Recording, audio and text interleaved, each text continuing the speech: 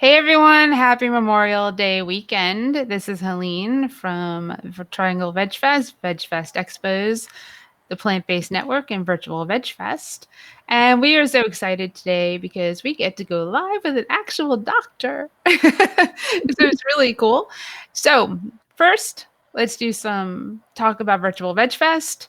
If you can go to our YouTube channel and subscribe, that would be fantastic. You can see all our videos there.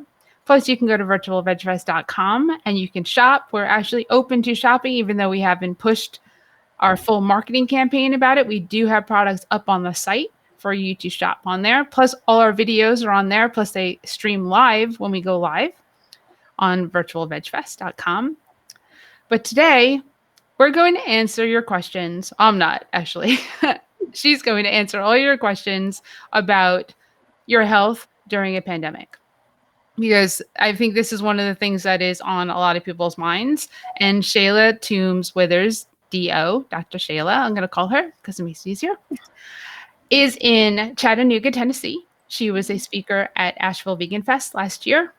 And as a side note, I was rude to her family and didn't know that it was her. And I apologized before we went live because it was just some vendor coming up to me after we started and said, "Where's our booth?" And I said, "We've already started." and I just kept walking. And then I realized later that it was her and her family. And I was like, "That's one of our speakers. Oh my goodness." So I got to apologize before we started. But what's really neat is that not only is she a doctor, not only is she whole food, plant-based, she's also a triathlete.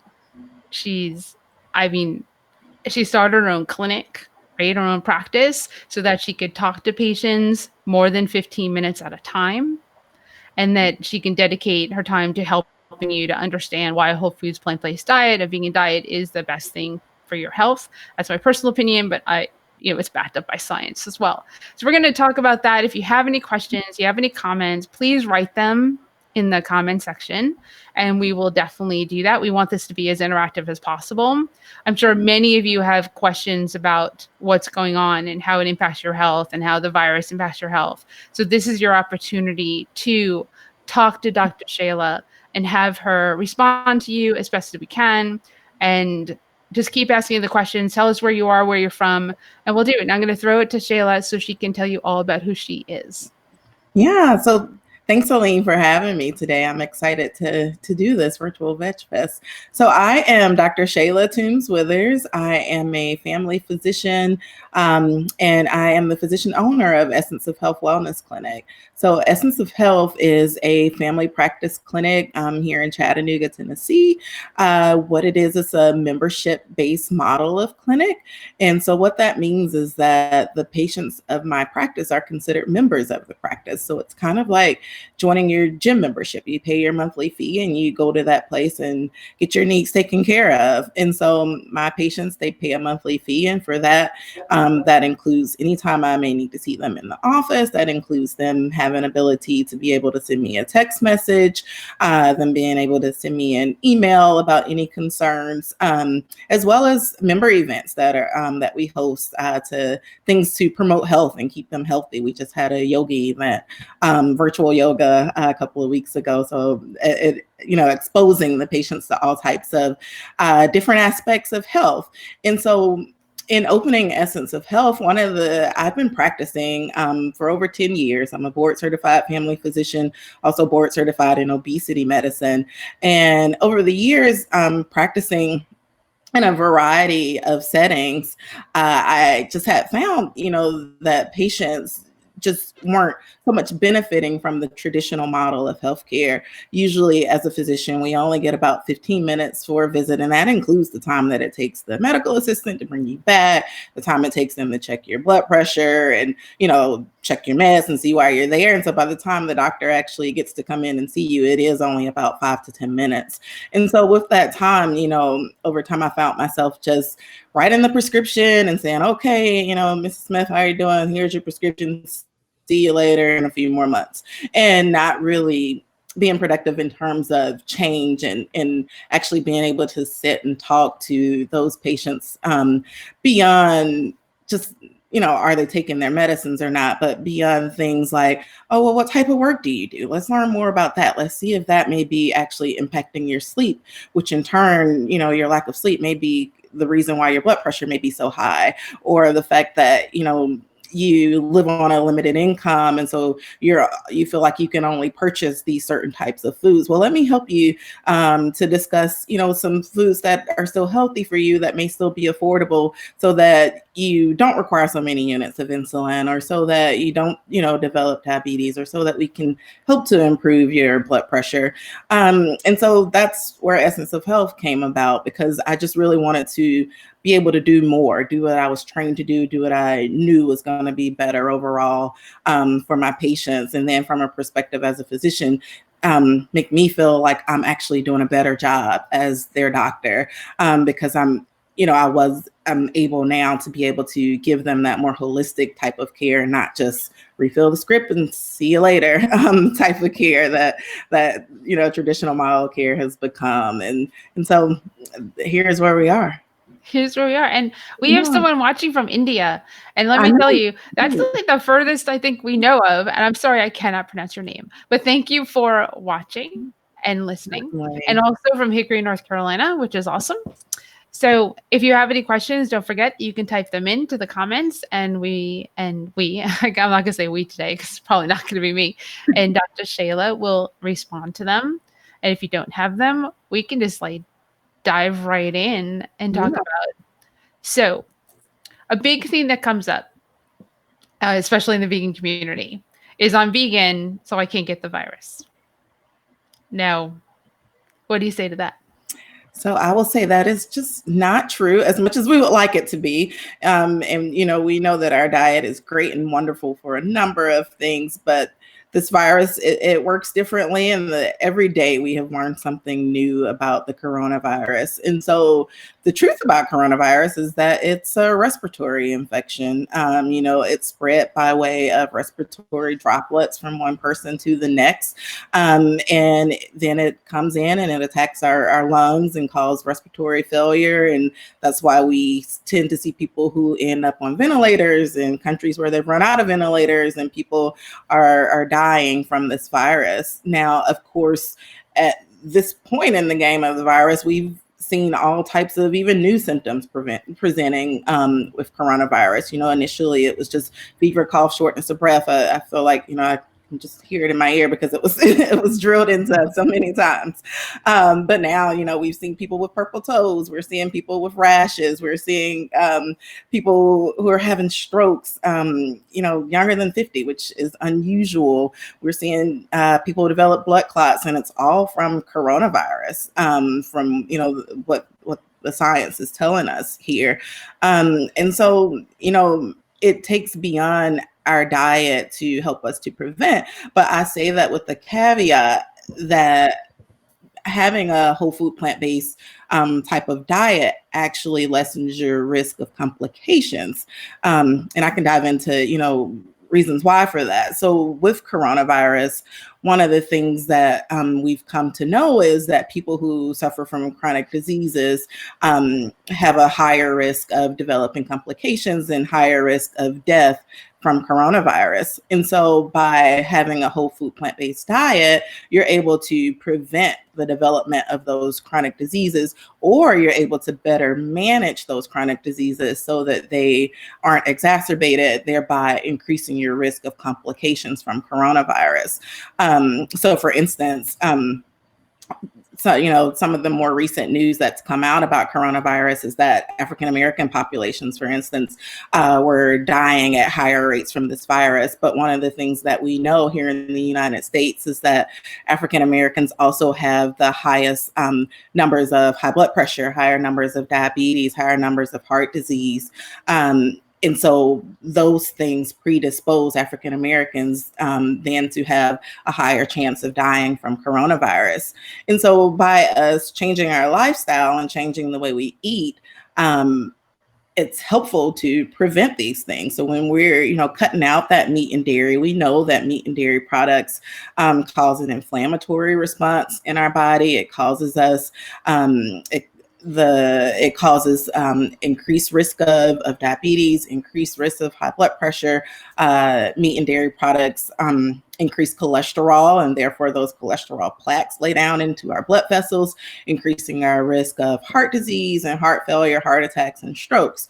And so when we cut out these types of foods from our diet and cut out oils and sugars and salt and those things, then our body is able to function and have us be more healthy, so we don't develop these chronic diseases. The other part to eating lots of fruits and vegetables are the antioxidants. So, we know that our plant foods are high in these pigments and antioxidants in them naturally. And those things do help to boost our immune system and help our immune system so that if we do come into contact with the virus or any kind of illness, then our body is able to fight it off better so that we don't so much develop the complications. So it's not that we won't necessarily get the virus, but we want to have our body prepared to fight it off so that we don't develop complications from this virus. Right. And there's absolutely no guarantees, no matter how healthy you are, how unhealthy you are. Exactly. There's nobody knows. Oh no, there goes the dog. Okay. We were talking about that going live. Oh, it's a male person. I'm going to let you just talk more about the difference between a whole food plant-based diet and actually a vegan diet. Certainly. Yeah.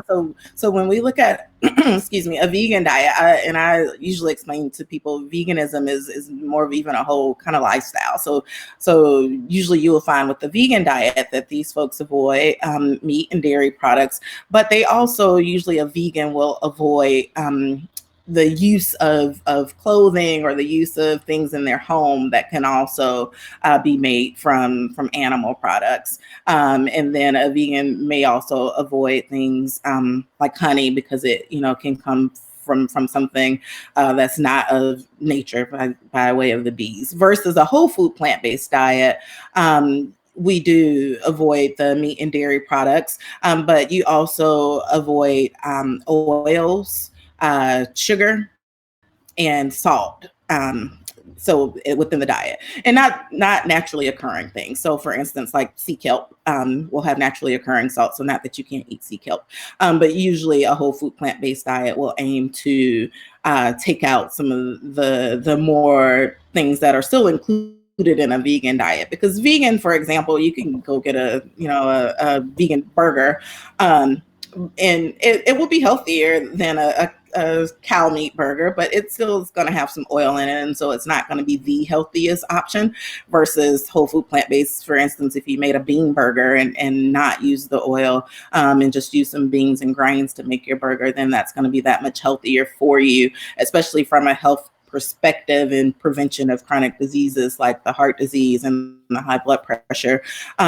We know that when we have more of those oils, even if they aren't necessarily from animal products, that still can increase our risk of development of chronic disease.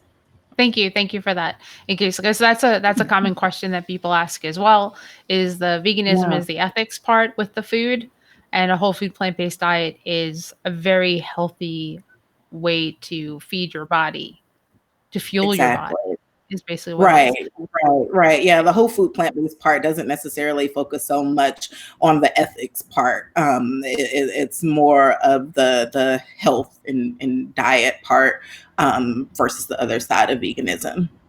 Right. Patricia, thank you for watching from San Diego and Hickory, North Carolina. I said Hickory, but I didn't say Beverly. So Beverly, thank you for watching from there. Again, if you have any questions, please ask them.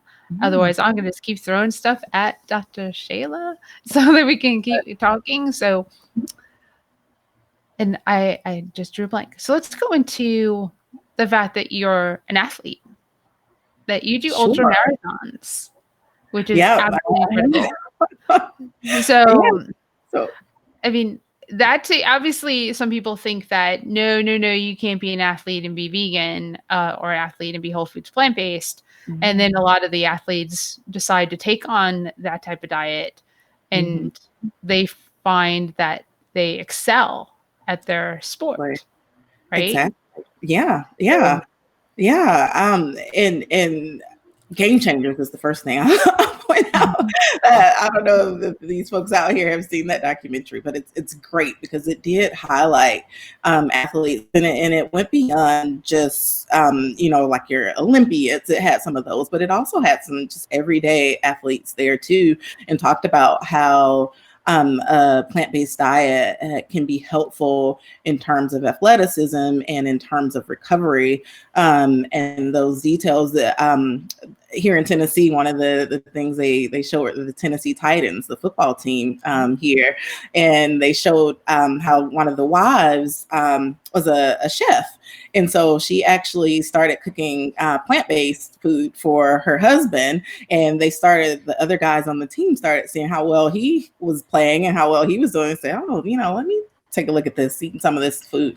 And so it turns, she started feeding the whole team, and they had apparently one of the best seasons that they had in a long time with the diet. So we don't know if it saved the team, but it did prove to be helpful in terms of their performance out on the field.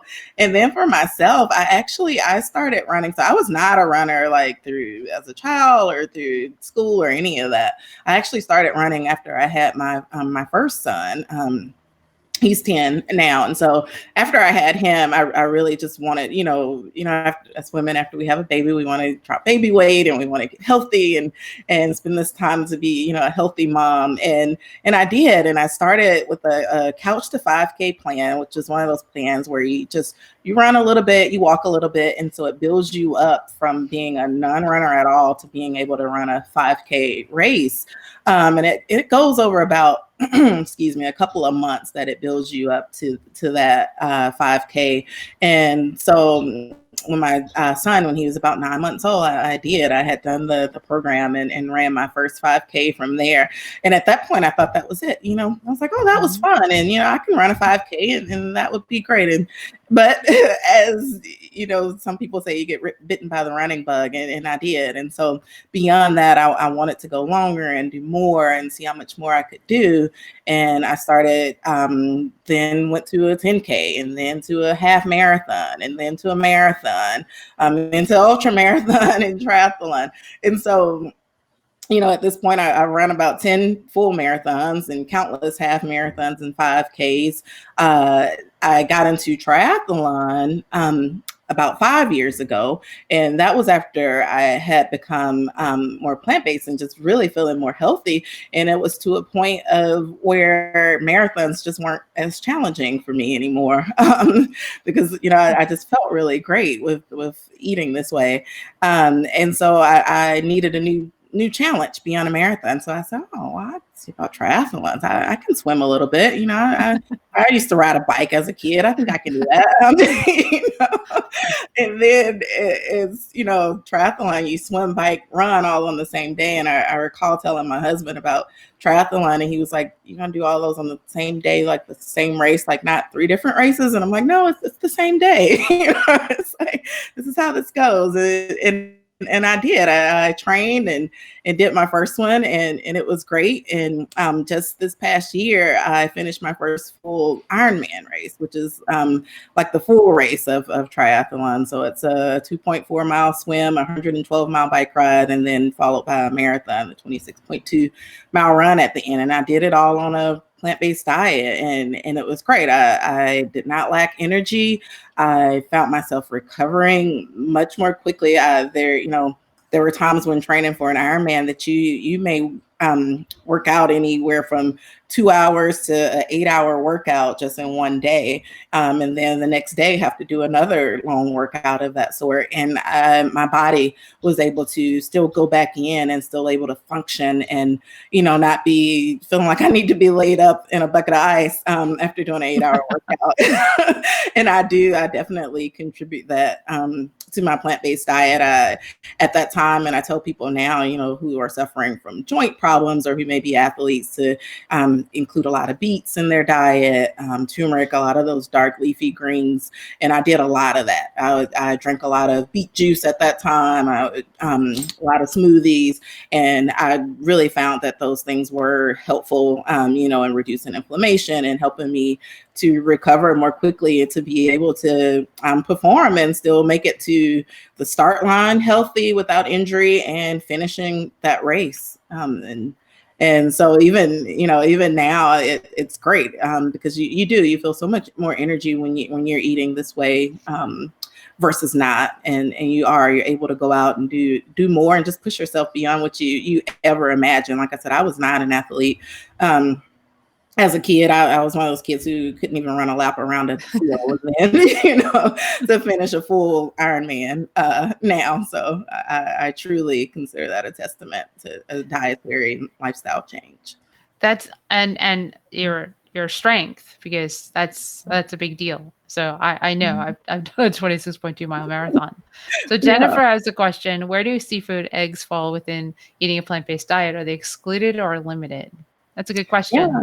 That is a great question, Jennifer. Yeah, and so seafood and eggs are not a part of a plant-based diet, and the reason for that is because we found that seafood and eggs, for one, they do still contain cholesterol, and so those products can still contribute to you developing these chronic diseases by putting these plaques into your blood vessels and still causing inflammation within your body and not being as healthy. So eggs and seafood are also excluded from a plant-based diet.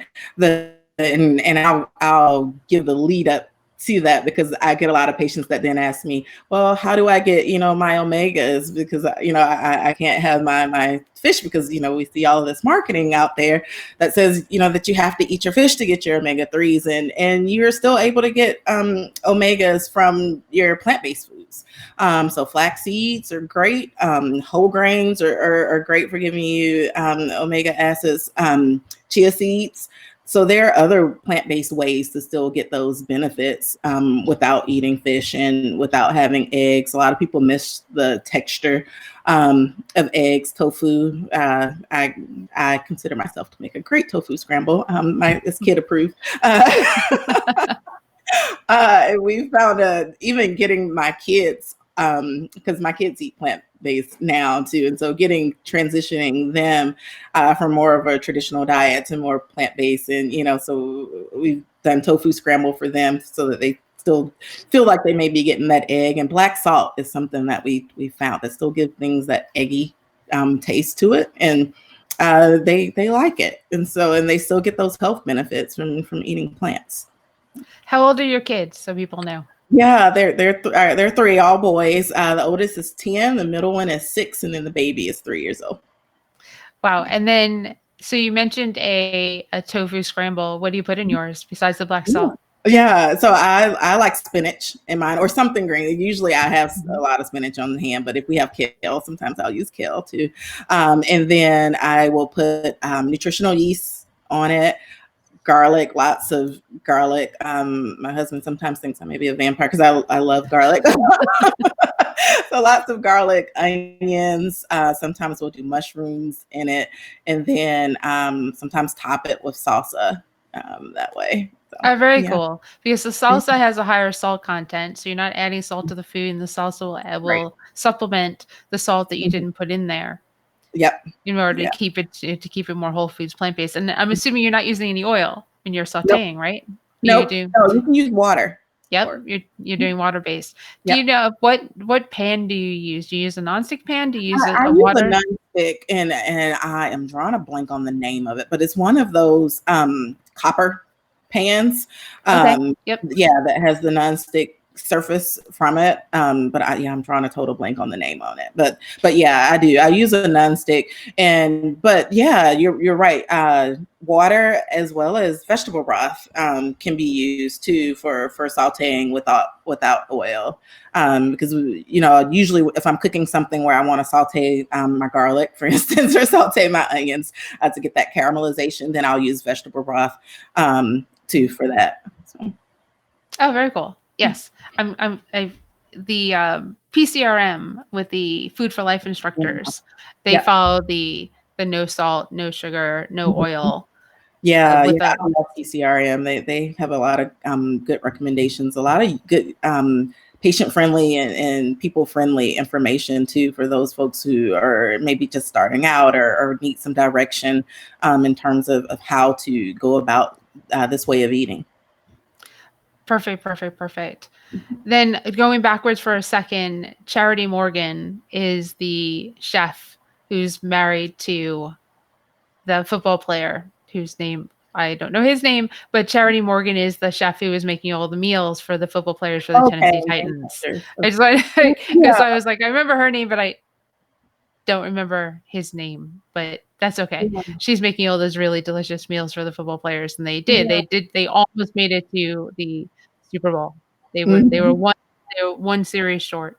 I was actually Right. rooting for them because I wanted to have vegan football players in the Super Bowl because I don't really care who's in it. So Derek, thank you, Patricia. Derek Morgan. I knew it was a D. So thank you. So here's something that Jennifer's following up is I worry about loss of collagen as I get older, flabby. So you want to address that? Thank you, Jennifer. Yeah, sure. So as we get older, our skin becomes more elastic, if you will. And that's just a natural progression of age. And so it's not that we necessarily need to replace that with anything, especially not with animal products in that way. And I say that from a perspective because some things are just a natural part of the aging process. And so it really won't matter the fact that you feel like you're replacing it with these things because your skin is still going to become more elastic because it's just the natural progression of aging and health. And honestly, by using those animal products as you age, you're just really increasing your risk of some of the other things that can come with aging that you may have an increased risk for anyway, like those, risk of heart disease, risk of high blood pressure. Those things increase as we age. And so by including those animal products, you're just further increasing your risk of those things. Now, if you are concerned about joint health and skin health, a lot of your plant-based foods are going to be naturally higher in calcium and things that can promote the bone and joint health. Your cruciferous vegetables, for instance, your broccoli and your cauliflower will contain more calcium within them. Those dark leafy greens will also be helpful in maintaining your joint and bone health from that perspective. The other part as we age is exercise, and particularly weight-bearing exercise is very important too for keeping our bones and our joints healthy. And when I say weight-bearing exercise, that's things like walking, running, climbing stairs, excuse me, strength training. So even as we age, a lot of people tend to stop strength training because they don't want to, they figure, oh, I'm not a bodybuilder, I don't need to have these muscles. But strength training goes just beyond the need to necessarily build bulk and muscle. Strength training also is helpful for balance for our aging individuals. And it's helpful for joint health and keeping those joints healthy. So even if it's just, I have a lot of my older patients use the stretchy bands because those things, they don't feel the need to go out and buy heavy dumbbells or anything, but there are a lot of workouts that you can do to keep bone and joints healthy with just those stretchy bands and some body weight exercises that you can do. So whether those are planks or sit-ups, push-ups, those things also build strength and are helpful for those individuals in maintaining balance and maintaining bone and joint structure. Right. And yoga. You can throw that in there too, right? Yes, definitely. Yeah. Yoga is definitely great for flexibility, for mindfulness. A lot of, I'm probably going to go off on a tangent here, but with COVID, a lot of what I've seen is a lot more people having anxiety. And so that was really one of the reasons I talked about, with Essence of Health, how we have these member events. And one of the reasons why I really wanted to do a virtual yoga session with my patients, because I've just seen so many people suffering more from mental illness and anxiety, depression from, we've all been home quarantined and life as we know it has not been the same. And yoga has certainly been a great thing to help people get through that. So doing the breathing exercises and getting your mind clear with yoga, as well as the benefits that it gives to your body from the perspective of doing the exercises and the stretches. And so, yes, thank you for mentioning yoga. No, and Megan is asking, do you recommend the use of oil? Megan, no, I don't recommend the use of oil from a perspective if we are wanting to prevent and manage chronic diseases, because of the fact that we know oil can actually still contribute to us developing chronic disease, even if we're eating plants. When we add the oil to it, it makes us lose some of those benefits that we would usually gain. So I tell people, instead of using olive oil, go eat the olives. So put the olives on your salad instead of the olive oil. So you don't necessarily need the oil. You can eat a little handful of nuts and get those healthy fats that you may want for your body, but you don't necessarily have to use a peanut oil to cook your food in from that perspective. No, she says thank you. So thank Oh, you. you're You're welcome. welcome. Yeah, that's awesome.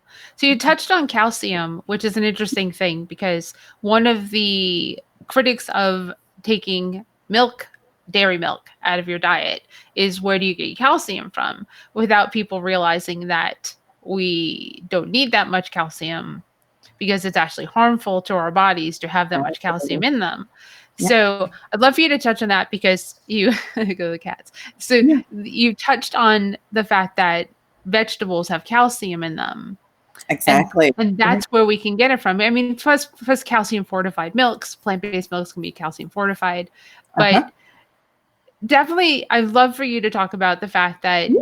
too much calcium is bad for our bodies, to help people who are watching this who are not necessarily vegan or plant-based or trying to get there, and they say, like, I brought this up before, if somebody asks me what to give up first, I don't say meat, I say dairy, because dairy is actually worse for you than the meat is. Yeah. So, and this calcium thing is actually part of that, so I'd love for you to touch on that. Yeah, you are certainly correct. Yeah. And so you're right. So calcium from our dairy products, too much of that calcium can start to cause us to lose some of the bone minerals and the bone density. It can also, because it can cause it to leach out, and it can also increase our risk of anemia. What we see sometimes in kids who are drinking too much dairy milk is that they can be more likely to develop iron deficiencies and become anemic from that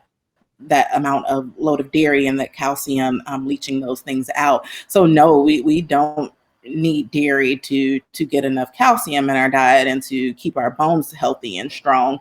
The other thing about calcium that I usually get a lot of questions from patients from is our aging population, and people are concerned about osteoporosis and loss of bone density. And should they, take one of these really high dose of calcium supplements? And I also don't recommend those either, because there have been some studies that have actually shown that too much of the supplemental calcium can increase risk of cardiovascular disease, because it can start to put those plaques into our blood vessels. And so, no, we don't need to, do all of these supplements and feel like we have to have this certain thing or dairy to get what our body needs. We're able to get it from our plant-based foods. And once again, a lot of our bone health comes from actually moving our bodies and doing those exercises beyond just beyond just what we eat. We actually, when we move our body, those cells in our bones actually tend to turn over to create new healthy cells and help our bones to become stronger. You say move your body, and I start wanting to dance. So Dancing is a great form of exercise too. Zumba. Yes, it's like move your body. Right. It's what you need to do. I mean, it makes sense from when you're younger. It's hard to get into the habit. I mean, a lot of people are home now. They're not necessarily working, sadly, because of the pandemic. Yeah. It's a good time to create a new habit of Exactly. exercise and putting it into, your routine.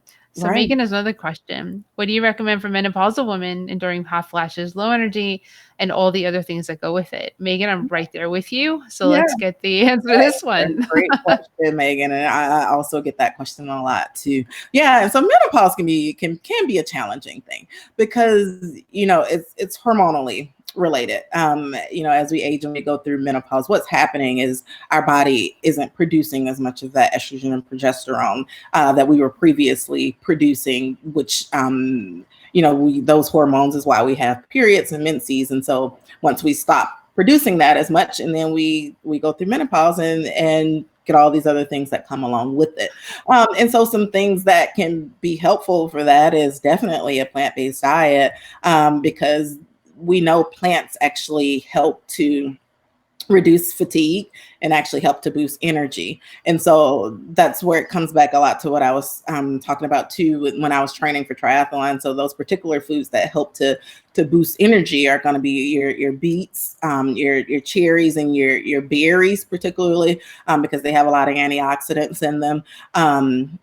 Those dark leafy greens, those things will help to give you more energy for these, especially our aging population, from that standpoint. And then exercise is going to be another good one.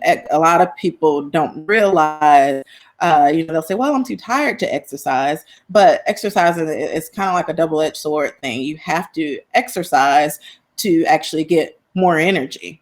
Because by doing that, it boosts exercise, actually releases, I call them happy hormones, but it actually releases those endorphins within your brain that make you feel happier and that make you feel better. And so when you exercise, that actually does give you energy, and it actually does boost your mood.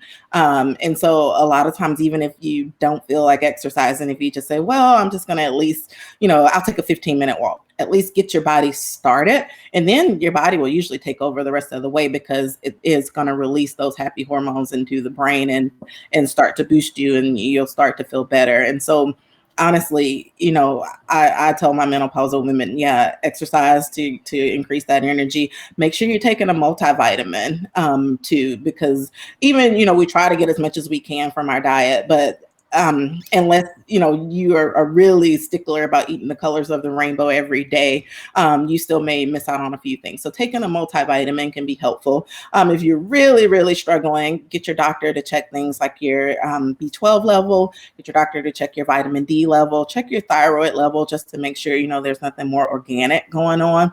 I do find that a lot of people are vitamin D deficient, and that one really is not diet related. It's just where North America sits in terms of the equator. We just don't tend to absorb as much vitamin D.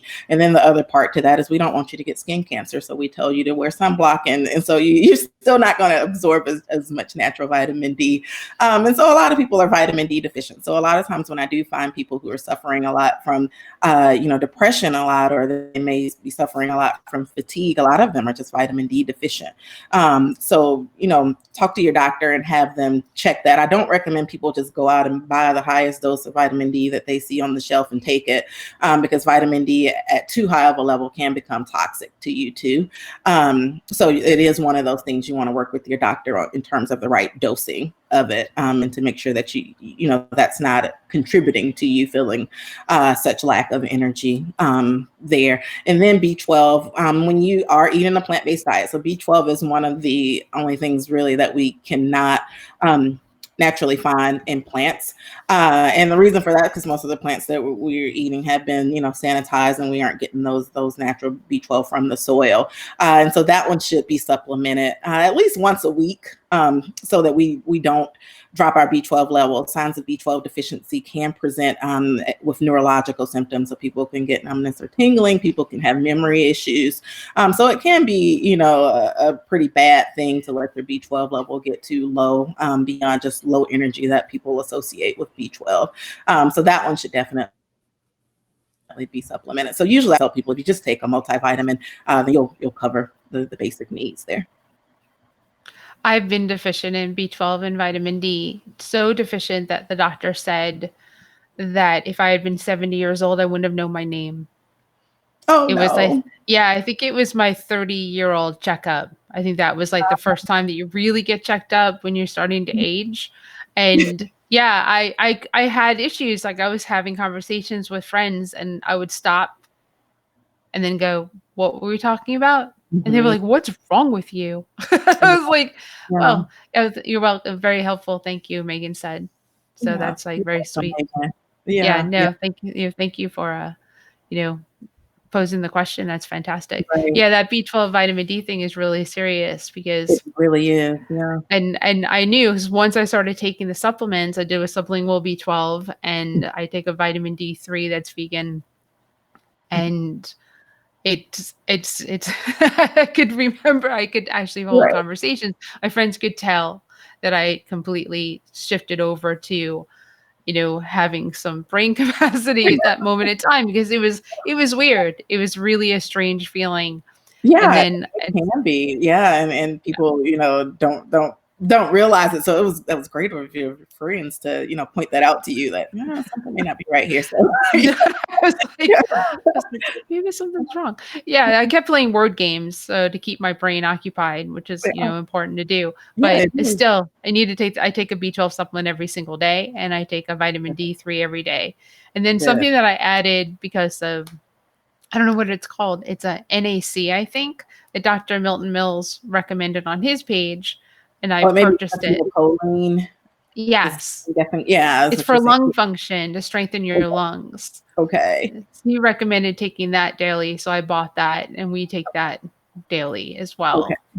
Okay. And he also said that D3 was important. Taking your D3 also in regards to COVID is something that can Yeah. help improve and make your body healthier so Yeah. that if you do get impacted by this virus, again, to build as strong a body as possible so that you don't end up as sick as you. I mean, I have friends that are vegan and pretty healthy who got COVID and so it was the most sick they'd ever felt in their lives. Mhm.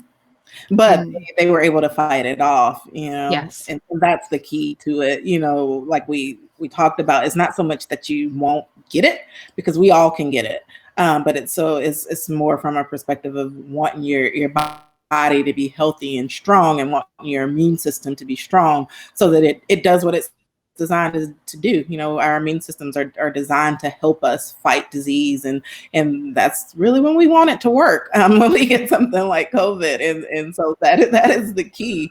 So yeah, definitely, taking your vitamins, vitamin C, I would add to Mhm. that Yep. too. Taking that, it's helpful in building a healthy immune system.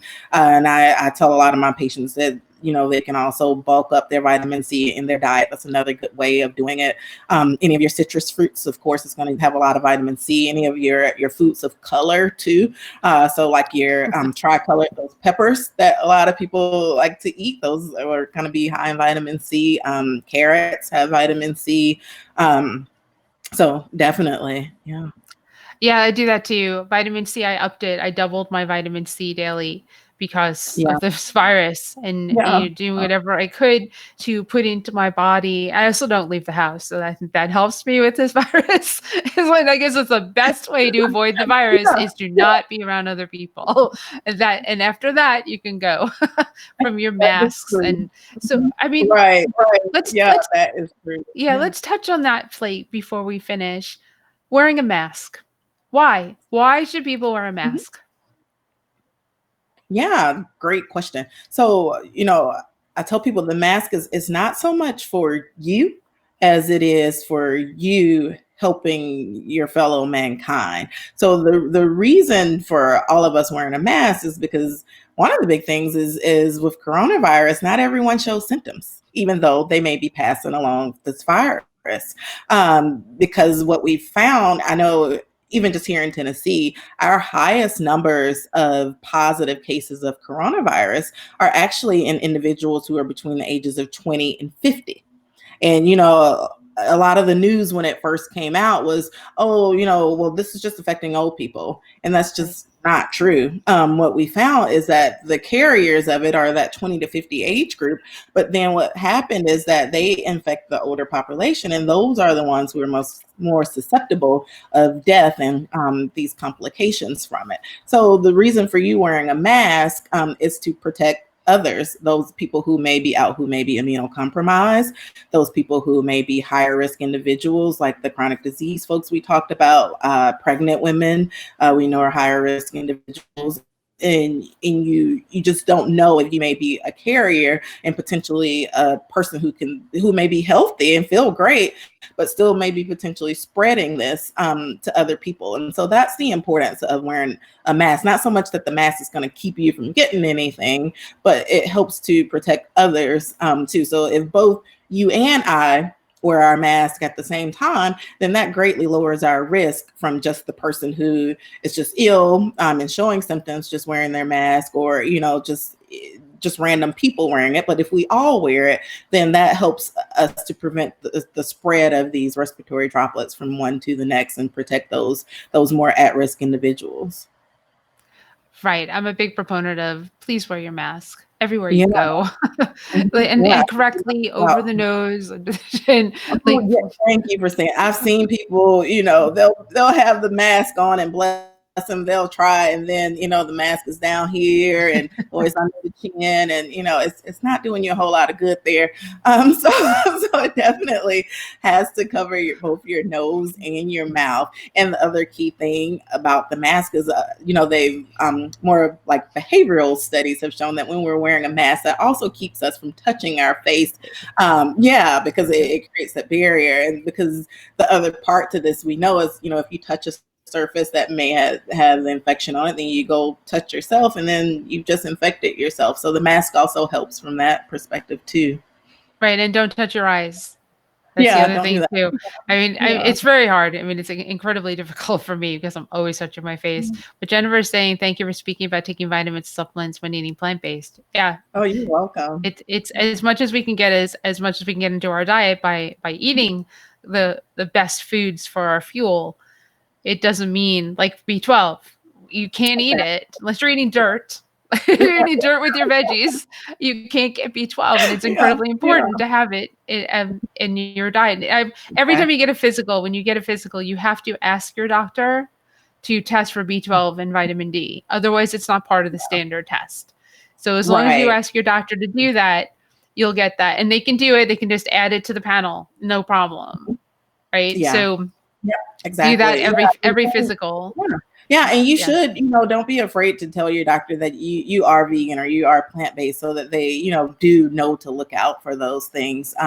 Unfortunately, a lot of people run into problems with their doctors or healthcare system who aren't as familiar with plant-based diets. And so, people are scared to tell their doctor that they may be eating plant-based. But it is important for them to know, and for you to talk to them about these vitamin D and B12 levels, so that they can check them, and so that you can know if you should be taking more of a supplement or less, or what have you.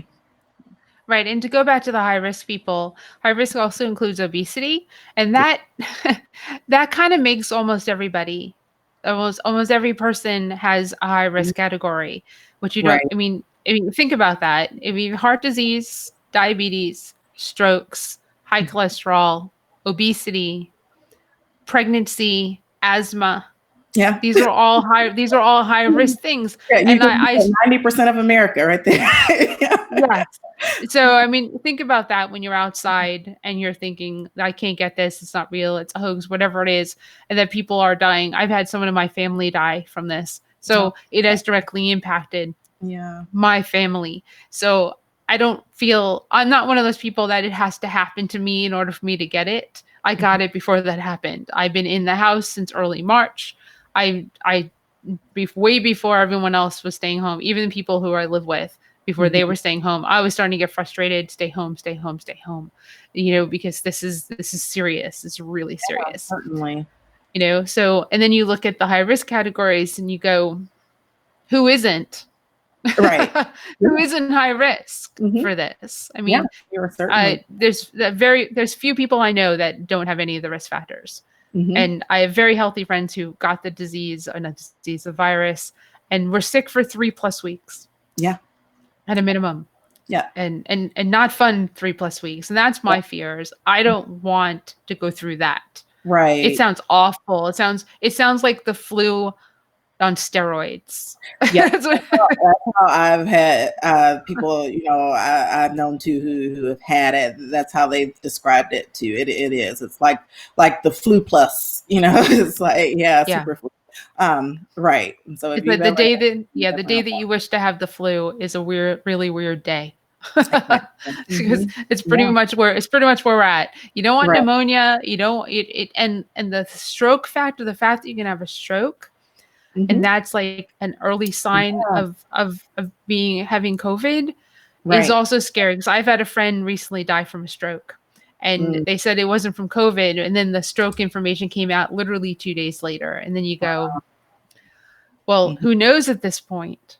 Yeah. Like if the stroke, because you're right, strokes are common. They can happen to anybody, any age. Right. That is truth. It's just not in older people. Strokes can happen to anybody. However, strokes happening as often as they are now is not common. Exactly. So and then that it's just the whole thing just scares me. I read too much. Right. And it's to a point where, we've seen so many just weird presentations now of coronavirus as a healthcare worker, we just assume everybody have it. So when people come into my office, I just assume anyone may have it. And I treat all of my patients from that perspective. So, whatever I'm talking to them about, we still keep that in the back of the mind that, this could just be coronavirus. It may be this, but it could just be coronavirus again. So, which is the other reason why widespread testing is also an important part of, where we'll need to be in our country to get us, moving forward too, is just having that capability, because you just don't know at this point. Right. And the tests have come back.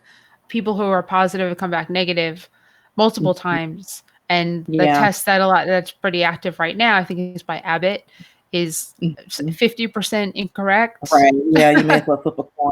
Yeah, well, that is a 50%. that is and a lot of friends are actually very sick with all the symptoms, but they tested negative. But you know what? The doctors actually said to one of them, for our purposes, for the medical community, you have COVID. Even though your test said negative. That 5 to 15 minute test, a nasal swab test, came back negative. He definitely had COVID. So Jennifer has another question. I sometimes struggle with menus that aren't just a collection of vegetable side dishes. I've really been exploring cookbooks, magazines, and virtual demonstrations, but it can still be challenging. That's not a question. It's just a statement. Yeah, but no, I agree with you, and I can direct you some sites that I like to recommend to people. So first, PCRM that we mentioned, Physicians Committee for Responsible Medicine, they actually have a program called a 21-day Kickstart that they do there, and it's free. So anyone can access it, anyone can have it. And what it does is it makes it easy for people to follow it, because it lays it out day by day, breakfast, lunch, and dinner, how that can look. It gives you, a variety, so you don't feel like you're being deprived or just eating the same thing over and over again. And it comes, I believe now they even have an app for it, so that you can just upload it to your phone, have it with you, know the ingredients that you need, and the food that they recommend is easy to prepare. So you don't feel like you have to be a chef to cook it and to eat it, and it's tasty. And so that's a good place to start for people who are, trying to go into this way of eating, and they need somewhere to start and not feel overwhelmed, like, well, do I just eat a plate of broccoli, kind of deal, because that may get boring really soon. And then Forks Over Knives, they also have a good recipe section there to follow with healthy, whole food, plant-based recipes. And theirs run the gamut from everything to if you're going to throw a dinner party and you want some appetizers, up into if you're looking for whole food, plant-based desserts, and how to do those things healthfully, and not just throwing a pile of sugar in it, but sweetening your desserts with dates or bananas or applesauce, and showing you how to cook those ways, and to rethink a lot about eating this way is rethinking how we used to do things. So if you used to bake your cake with butter, eggs, and sugar. Those are kind of the first three ingredients of any kind of cake recipe. So knowing how to rethink that. So I can use flax seeds, and I can make a flax egg. I can use unsweetened applesauce and dates, and still get something that's pretty sweet, and still will have my cake taste like a cake, and it'll still be good.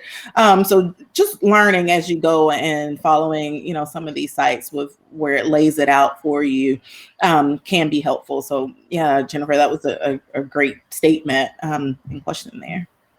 Right, and Plant-Power Nation is another one that you can go to. You can go to, and they have a whole cookbook. Kim Campbell, the Campbells, Nelson and Kim Campbell are Plant-Power Nation, and you can do that. And Plant-Based Network as well has a whole resource of recipes, and you can watch on the network, on the Plant-Based Network. You can watch cooking shows and travel shows and vegan dating, and there's a whole bunch of stuff on there because Plant-Based Network is affiliated with these live talks. So you can definitely get a ton of information there too. So Shayla, if people wanted to find you, they want to ask you questions, want to reach out to you, they want to drive to Chattanooga and come see you as their doctor, how would they do that? Yeah, so I can be found Essence of Health Wellness Clinic. And so the website is www.essenceofhealthwellnessclinic.com. I know that's kind of long, but it's the whole clinic name, essenceofhealthwellnessclinic.com. I can also be found on Facebook at Essence of Health Wellness Clinic, on Instagram also at Essence of Health Wellness Clinic, and I have a YouTube page that you can subscribe to and follow, where I also do more videos, kind of like what we did today, Helene, where I just offer more just kind of tips and information out there that can be helpful to help people's health, and that's also just Essence of Health Wellness Clinic in terms of YouTube. That's fantastic. Thank you so much for joining us. I'm really glad to get to know you better, because I really like to get to know the people who are involved in our events, like very, very much so. And you're one of the people that kind of just went right by. So this has been wonderful. And I look forward to the next in-person event that you can be part of. If it's this year or next year, I mean, you're definitely part of the crew that's going to be part of the events, the education days. I just don't know when that is, but it will be Nashville in November. Well, hopefully Nashville in November, if that happens, if I find an education venue somehow, some way. But that's so far off. Let's just deal with today. One day at a time is my mantra at the moment, so I don't get upset or depressed. So one day at a time, because we don't know, we have no clue what the next 90 days will bring. We don't have any clue what tomorrow will bring. And that's what we know, because this virus has morphed and mutated and changed. And every time they say it doesn't impact somebody, it does end up impacting them, like children. So we just don't know. So one day at a time. Please retype the contact information and the other resource in addition to the Plant-Based Network. Okay, I will do that, Jennifer, as soon as we finish. I'm more than happy to put that into the comments. So thank you. Please subscribe to Virtual Veg Fest on our YouTube channel. Please go shop on virtualvegfest.com. We'd love to see you there. You can also revisit all these talks on Virtual Veg Fest and on the YouTube channel. And then Plant-Based Network, you can go and watch on television if you have some extra time.